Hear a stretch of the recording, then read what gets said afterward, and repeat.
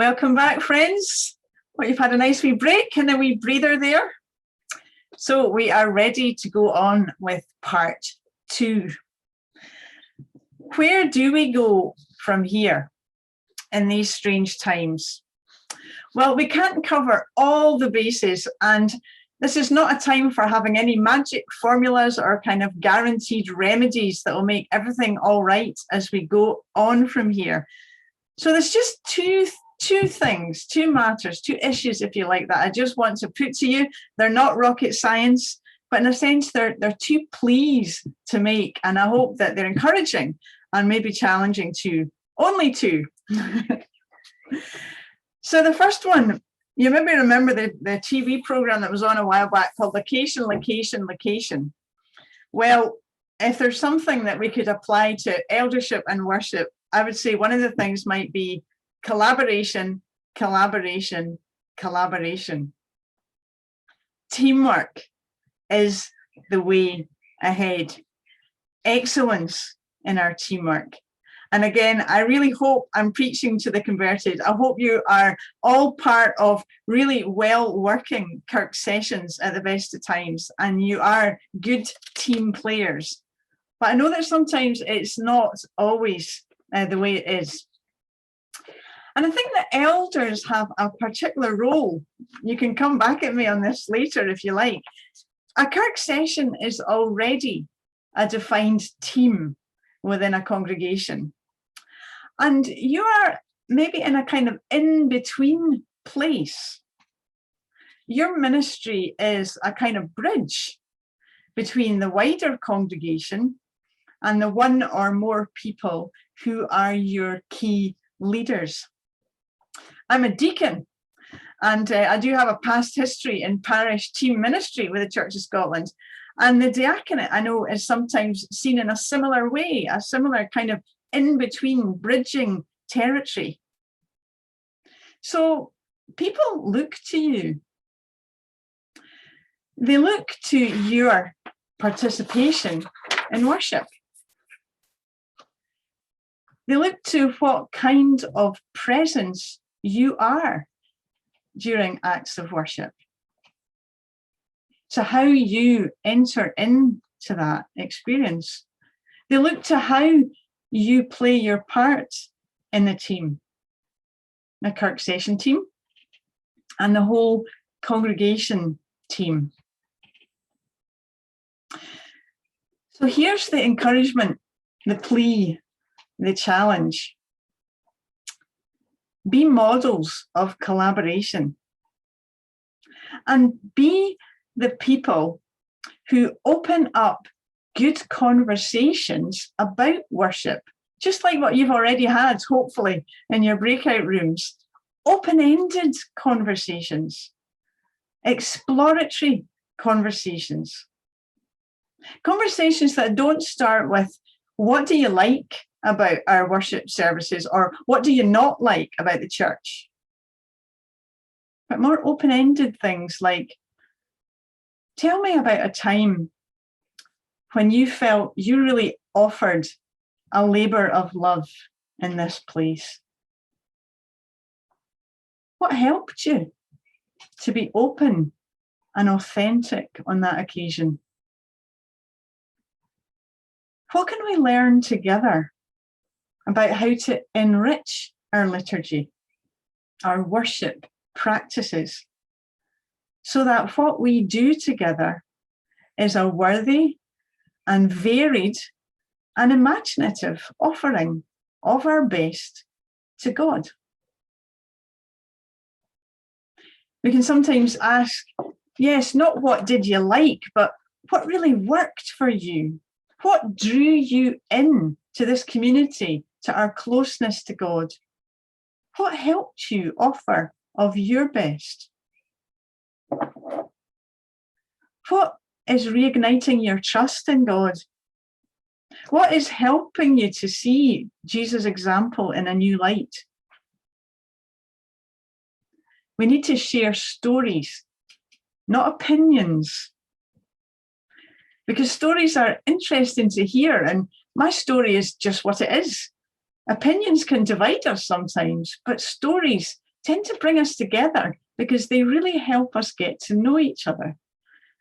And it's a vulnerable thing to share the truth of your experience with God. Sometimes what we hear are complaints about our worship. Let's face it, it happens. But behind every complaint, there's usually something that the person cares about, but it's coming out negatively instead of positively. So the next time you hear a complaint, just pause and say, what is it that you care about here? There might still be a disagreement, but hear the story behind it. And being these models of collaboration and opening things up, trust the stories that are told and trust the insights that they bring. Make room for anything and everything to be heard and to be accepted. And a plea especially to all of us, value the great gift of imagination. It's a God-given gift to every one of us. So sharing stories and opening up our imaginations, that can help us all to work as a team to make our worship more creative, more participative, not by putting in gimmicks, but by really talking things through and discovering the fruit out of that real storytelling and openness and curiosity. That's what can together bring about change and a deepening and enriching of what we do together.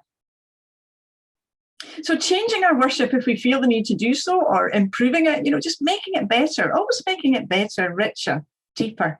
It's not a matter of one idea for worship being put against another idea for worship and a vote on which idea wins. We need to accommodate each other and come to a common mind. That's the way we allow the Holy Spirit to work among us, to inspire us, to breathe and to blow where she wishes. And I do wonder, as we think about this now, this moment, emerging hopefully from these terrible pandemic days, this now is a good time for being slow in going forward, for being gentle with each other and being kind and being experimental in all the uncertainty and being real. And we do know after the recent General Assembly, there's a lot of grieving ahead, as if we've not had enough grief in the last year and more. So as we think about our worshipping, how will we pray and sing our grieving? What's behind us and what's ahead of us? How will we find sacraments that do honour to the reality of things? And how will we also pray and sing and talk about the solace and the joy that God still has for us? How will we walk these tough roads and stay together on them? As elders, I plead with you, and I really wish you well, friends, be models of collaboration, because the church needs teamwork like never before. Now, part of the teamwork, if we can shift to something a little bit lighter as we come towards the second half of the second half, part of the teamwork can be in the ways that we handle the Bible in worship. I know it's often the elders that are on the Bible reading rota. You're the ones who are often up there doing the reading. So again, just a plea to read it well, but also not necessarily just to read it in one voice all the time, but to be imaginative in your approaches to presenting the Bible and letting its stories breathe, making it enjoyable, playing with it, at times and exploring it together. And you can do that within your times of worship. It doesn't need to be in a Bible study group. We can explore it together in conversation in the heart of an act of worship.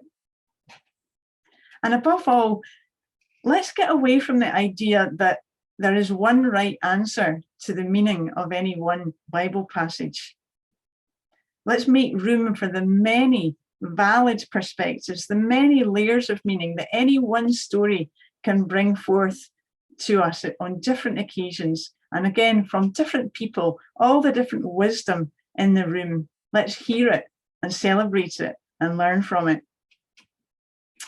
So I'm going to model for you now just one way of doing this, one way that you can do, and it works okay in this webinar kind of setup. We're going to play with a story. So first, I'm just going to introduce the people who appear in this story. There are 3 groups of people, and there are 3 individuals. The first group is a group of elders. There's also a group of friends, and there's a crowd. And then there's 3 individuals. There's a slave, there's a centurion, and there is Jesus. So I'm going to invite you to listen to the story from the perspective of one of these characters. And I'm going to assign you a character with the help of a slide. I hope that Susie is going to show up for us so we can see what we're doing. This is a bit like painting by numbers, only it's characters by birthday. So you can see the dates of the month. So I invite you to listen to the story as if you are in the shoes of, well, if your birthday is the 1st to the 5th of any month, you're going to listen as an elder. If your birthday is from the 6th to the 10th, listen as if you're one of the friends in the story. From the 11th to the 15th, one of the crowd. If your birthday is from the 16th to the 20th, would you get into the shoes of the slave in the story? From the 21st to the 25th, you are going to take on the mantle of the centurion, get into the centurion's shoes. And finally, last but not least, if your birthday is on the 26th to the 31st of any month, would you please listen as Jesus? Okay, so you've got your given character, and let's hear the story. One day, Jesus entered the town of Capernaum. A crowd was following him. A Roman centurion there had a slave whom he valued highly and who was ill and close to death. When the centurion heard about Jesus, he sent some Jewish elders to him, asking him to come and heal his slave. When the elders came to Jesus, they appealed to him earnestly, saying, "Lord, this centurion is worthy of having you do this for him, for he loves our people, and it's he who built our synagogue for us." And so Jesus went with them. But when he was not far from the house, the centurion sent some friends to say to Jesus, "Lord, do not trouble yourself, for I'm not worthy to have you come under my roof. That's why I did not presume to come to you. But only speak the word, and let my servant be healed. For I too am a man set under authority, with soldiers under me. And I say to one, 'Go,' and he goes. And to another, 'Come,' and he comes. And to my slave, 'Do this,' and the slave does it." When Jesus heard this, he was amazed at these words. And turning to the crowd that had followed him, Jesus said, I tell you, not even in Israel have I found such faith. When those who had been sent returned to the house, they found the slave in good health.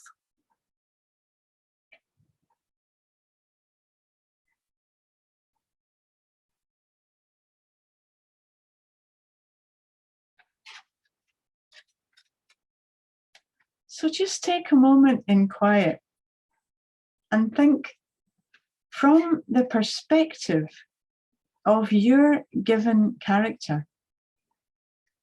What questions do you have about the events in that story? And which of the other characters might you like to talk to? And what would you like to ask them?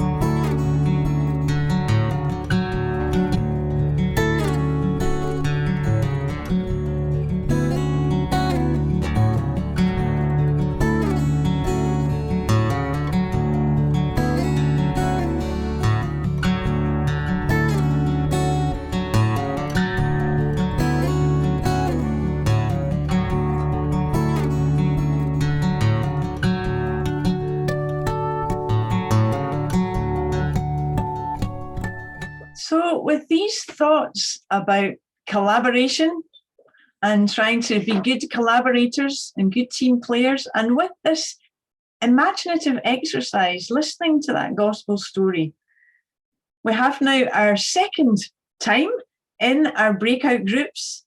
And so here are the questions we invite you to discuss. First of all, just spend about the first 5 to 7 minutes in character, in that character that you are from the gospel story, and just share your questions and wonderings without trying to come to any conclusions. It's from Luke chapter 7, if you want to look it up, but you don't need to. Just remember what you've heard and have a wee share. And then move on and reflect on the role that you play in collaborating in the worship experience of your congregation. And just think, how might you more fully use your imagination, your voice, your presence, your capabilities to enable worship to be hospitable to all.